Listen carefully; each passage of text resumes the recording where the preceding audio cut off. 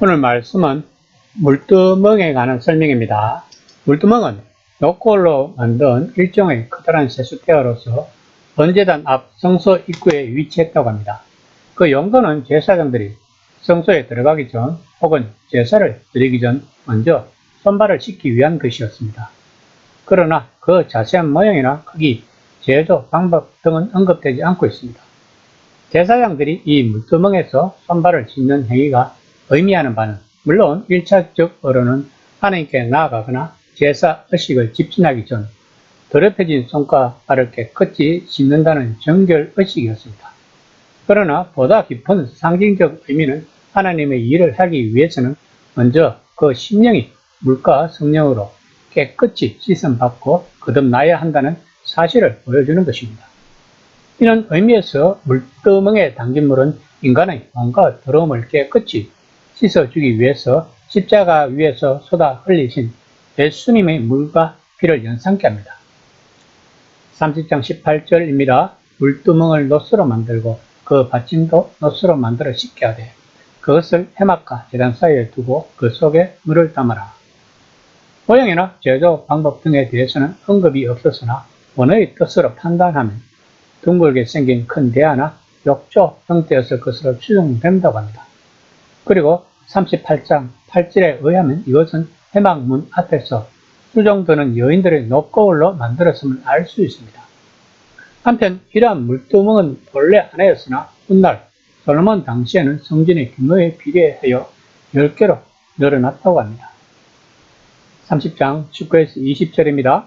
그들이 해막에 들어갈 때에 물로 씻어 죽기를 면할 것이요 제단 가까이 가서 그 직분을 행하여 여호와 앞에 화제를 살을 때에도 그리할지니라. 물로 몸을 씻는 것은 고대에 성행하던 종교 예식이었다고 합니다. 이는 곧 죄를 씻어낸다는 상징적 의미를 지닌 행동이기도 하면서 먼지와 흙으로 더러워지기 쉬운 광야시대에서는 실제적인 의미를 갖는 행동이었습니다. 그러나 물이 귀한 광야시대에서 매번 제사 드리기에 앞서 손과 발을 씻는다는 것은 쉬운 일이 아니며 상당한 노력이 따라야 했습니다. 이로 볼 때 하나님께 대한 예배와 제사는 그 준비 단계에서부터 노력과 정성이 따라야 함을 알 수 있는 것입니다. 그러므로 오늘날 우리들도 이와 같이 신령과 진정으로 예배 드려야 한다는 것입니다. 비록 제사장이라 할지라도 부정한 몸으로 하나님께 나아가면 이는 곧 하나님의 거룩하심에 대한 침범이 되기 때문에 죽임을 당하게 되는 것입니다. 30장 21절입니다. 이와 같이 그들이 그 수족을 씻어 죽기를 면할지니 이는 그와 그의 자손이 대대로 영원히 지킬 규례이라. 물론 이러한 의식주의인 규례는 구약 제사 제도가 지속되는 동안 제사장들에게만 해당되는 것입니다. 하지만 그 영적인 의미는 오늘날 만인 제사장적 자격을 가지고 있는 모든 성도들에게 그대로 적용할 수 있는 것입니다. 물두멍은 해막문에서 수종드는 여인들이 거울로 만들었다고 합니다. 그러면 왜 수종드는 여인들을 거울로 만들었을까요? 아마도 손, 발을 씻을 때마다 자신의 모습을 보라는 것이 아닐까요? 인간의 내면에 있는 죄스러운 마음, 즉 탐심을 보라는 것이 아닐까요? 10계명의 마지막 10번째 계명인 탐하지 말라라는 우리들의 모든 죄들의 근원이 탐심까지 깨끗이 하고 성수에 들어오라는 의미가 아닐까요? 물두멍의 크기가 제한이 없는 것은 어떻게 이해하는 것이 좋을까요? 예수님께서 이르시되 이미 모욕한 자는 발밖에 씻을 필요가 없느니라. 온몸이 깨끗하니라. 너희가 깨끗하나 다는 아니라 하시니.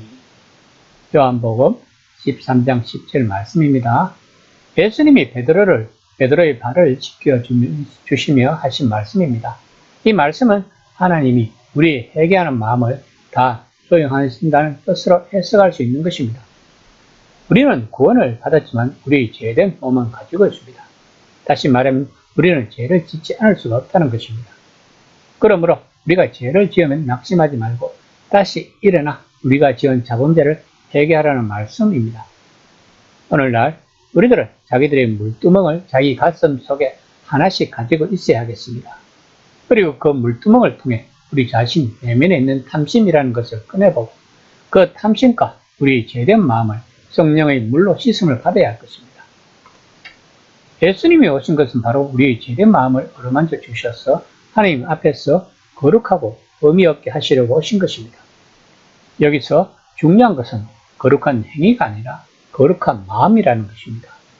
마음이 뇌를 지배하여 행위가 나와야 한다는 것입니다. 그렇지 않고 뇌에서 행위가 나오면 율법적인 바리새인이 된다는 것을 우리는 명심해야 합니다. 기독교는 차가운 뇌의 종교가 아니고 뜨거운 심장의 종교임을 알아야 합니다. 이 시간에 우리 자신에 있는 물두멍으로 우리 내면의 세계를 비추어 봅시다. 우리들 마음에는 무엇이 있는지 한번 알아봅시다. 만약에 우리 심장에 하나님이 없다면 우리 내면의 물두멍에 손발을 짚고 하나님께 나아가는 우리들이 되어야겠습니다.